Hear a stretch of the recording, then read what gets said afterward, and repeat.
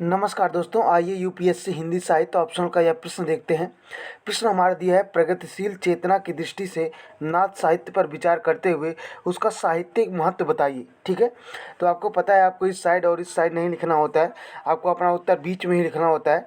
और जितने भी लोगों का 40+ इस बार प्रीलिम्स में हो रहा है वो अपना मेंस की तैयारी कर सकते हैं। ठीक है, अब तो आंसर की भी आ गई है ऑफिशियल, आप वहाँ से भी मिलान कर सकते हैं। आप अपने उत्तर की शुरुआत ऐसे कर सकते हैं कि वाम मार्गी सिद्धों के विपरीत संयम मार्गी नाथों द्वारा 10वीं शताब्दी से 13वीं-14वीं शताब्दी तक अपनी धार्मिक मान्यताओं के विचार के लिए अर्ध मगधी अपभ्रंश में रचित साहित्य को नाथ साहित्य कहा जाता है। जैसे चरपटीनाथ, जलंधरनाथ, गोरखनाथ, मच्छेंद्रनाथ आदि की रचनाएं। अब देखिए, हम लिखेंगे नाथ साहित्य की प्रगतिशील चेतना क्या थी इसके बारे में। नंबर 1 पॉइंट आप लिख सकते हैं, संयम मार्ग सिद्धों के पंचाकार भोग की जगह अति संयम को महत्व दिया गया। जैसे 9 लख पातरी आगे नाचे पीछे सहज अखाड़ा। ठीक है, इसके आगे और भी है, आप लिख सकते हैं, लेकिन फॉर एग्जाम्पल के लिए आप थोड़ा सा लिख दीजिए ताकि उत्तर काफ़ी बड़ा भी ना हो। और अगर आपको पूरा याद है तो आप पूरा भी लिख सकते हैं, उसमें कोई दिक्कत नहीं है।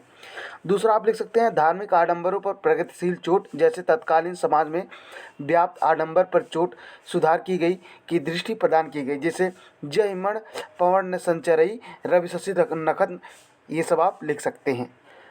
ने ईश्वर प्राप्ति के लिए कठोर मांग चाहते हैं कि पंडितों की तरह झूठ आडंबर से मुक्त हो। ठीक है, यद्यपि उन्होंने महिला को भोग नहीं माना जो सिद्धों की तुलना में प्रगतिशील है, लेकिन नारी को त्याज्य मानना उनकी प्रगतिशीलता पर प्रश्न चिन्ह लगाता है। ठीक है, नाथ साहित्य का साहित्यिक महत्व क्या है इसके बारे में अगर हम लिखें तो देखिए, तथ्य के स्तर पर नाथों ने सामाजिक प्रगतिशीलता का समावेश किया है जो स्वतः संत काव्यधारा का निर्णायक आधार बना, जिसे कबीर साहित्य सभी संतों में देखा जा सकता है। उदाहरण के लिए, पोथी पढ़ी पढ़ी जगमुआ पंडित भया न कोय, ढाई आखर प्रेम का पढ़े सो पंडित होय। आप इसको पूरा लिख सकते हैं। ठीक है, आप अगला पैराग्राफ लिख सकते हैं, शिल्प के स्तर पर दोहा चर्मपद चौपाई का समावेश करना जो सूर्य के पदों व मीरा के काव्य में परिलक्षित होता है।